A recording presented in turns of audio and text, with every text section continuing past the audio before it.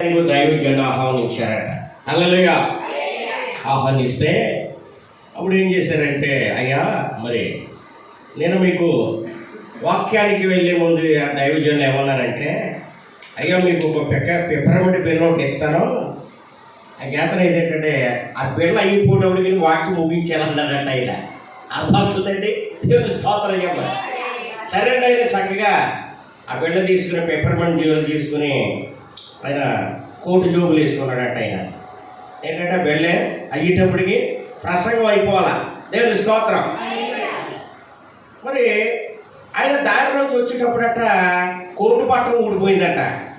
ఏం ఊడిపోయిందమ్మా అంటే అదే బట్టలో అదే జోబులు వేసుకున్నాడట. ఆయన ఈ పిప్పరమంటికి బిళ్ళ వేసుకున్న జోబులనే కోటు పట్టం వేసుకున్నాడట. హల్లెలూయా. ఆ చేత నేను ఆతృతతో మరి ప్రార్థనా పూర్వంగా లేచాడు, ప్రసంగానికి లేచాడు. బిళ్ళ జ్ఞాపకం వచ్చింది దీనికి. అని మరి దైవజనులు బిళ్ళ వేసుకోమన్నారు కదా, చేత నెయ్యేటప్పటికి మనం ఏం చేయాలా, ముగించాలి కదా అని ఈ పిప్పరమంటి బిళ్ళ వేసుకోవడం మరిచిపోయి ఈ కోడి బిళ్ళ వేసుకున్నాడట. దేవుని స్తోత్రం చెప్పండి. హల్లెలూయా.